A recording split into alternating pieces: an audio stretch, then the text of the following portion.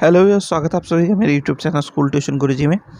आज हम बात करेंगे वर्कशीट 20 की, जो कि 23 अगस्त के लिए जारी की गई क्लास 9 की साइंस सब्जेक्ट स्टडी वर्कशीट है। यहाँ बच्चे अपना नाम लिखेंगे और यहाँ अपने क्लास टीचर का नाम लिखेंगे। बच्चों, today we are going to study about fundamental unit of life and in it we are going to study about nucleus and chromosome.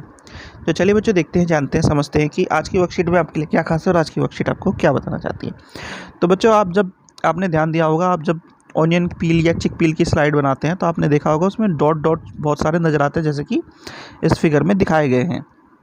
ये जो डॉट है बच्चों, ये ही न्यूक्लियस को दिखाते हैं। अब बात आती है न्यूक्लियस करता क्या है।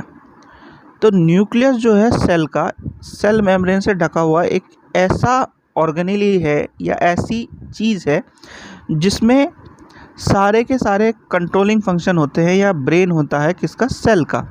और इसका मेन फंक्शन होता है सेल्स की चीज़ों को अंदर और बाहर डायरेक्ट करना बेस्ड ऑन द नेसेसिटी।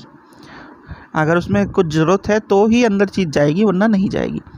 और न्यूक्लियस बहुत सारे फंक्शन भी परफॉर्म करता है सेल्स के, जैसे कि सेल डिवीज़न हो गया, सेल ग्रोथ हो गया, प्रोटीन एंड एंजाइम सिंथेसिस हो गया, स्टोरेज ऑफ डीएनए या डीऑक्सी राइबोन्यूक्लिक एसिड या आरएनए राइबोन्यूक्लिक एसिड जो कि जेनेटिक स्ट्रक्चर को प्रोवाइड करते हैं, production of ribosome in cell, ये सारी चीज़ें वो करता है। अब इसमें एक चीज़ और आती है बच्चों, वो है क्रोमेटिन मटेरियल, जो कि न्यूक्लियस के अंदर होता है, जो कि बना होता है डीएनए एंड प्रोटीन का। ये क्या करता है, ये एक थ्रेड लाइक मटेरियल होता है। वैसे तो ये सेल डिवीज़न में मटेरियल हेल्प करता है, और इस स्ट्रक्चर को जो हेल्प करता है उसे बोलते हैं हम क्रोमोसोम।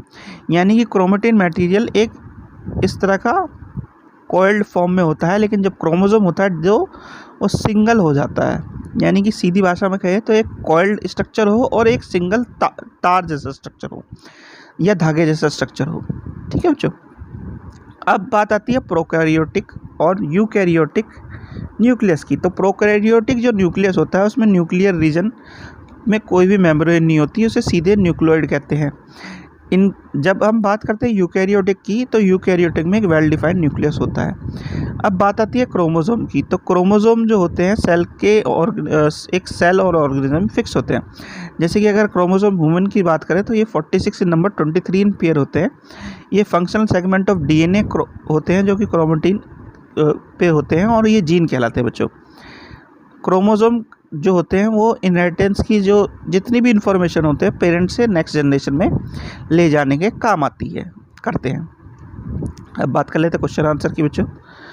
पहला क्वेश्चन है, difference between prokaryotic and eukaryotic nucleus. तो प्रोकैरियोटिक न्यूक्लियस क्या होता है, ये जो न्यूक्लियस होता है विदाउट न्यूक्लियर मेम्ब्रेन होता है और नॉट वेल डिफाइंड।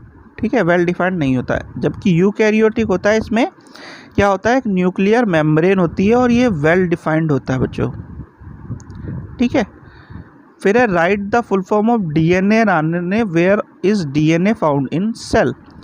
तो डीएनए की होती है बच्चों, चलो ऊपर ही दिखा देता हूँ आपको, स्पेलिंग लिखने में भी आसानी होगी आपको। डीएनए की होती है deoxy ribonucleic acid and RNA की होती है राइबोन्यूक्लिक एसिड बच्चों।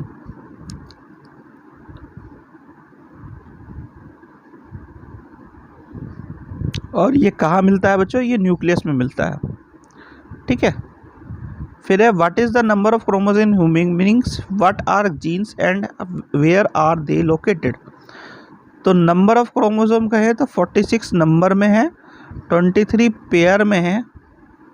ठीक है, और जीन्स कहाँ मिलते हैं, तो ये डीएनए के और क्रोमेटिन के जो सेगमेंट होते हैं उन पे मिलते हैं, इन्हें जीन्स कहते हैं बच्चों। ठीक है, फिर है question number 4, right any two functions of nucleus. तो न्यूक्लियस के क्या फंक्शन है बच्चों, न्यूक्लियस बहुत सारे फंक्शन करता है, जैसे कि cell division, cell growth, protein enzyme synthesis, protein या एंजाइम का synthesis, storage of DNA RNA, production of ribosome in cell बच्चों। ठीक है, तो बच्चों ये होगी आपकी वर्कशीट कंप्लीट, और वीडियो भी आशा करता हूँ आपको वीडियो अच्छी लगी होगी। अगर वीडियो अच्छी लगी हो तो चैनल को सब्सक्राइब करें, वीडियो को लाइक करें, शेयर करें। Thank you.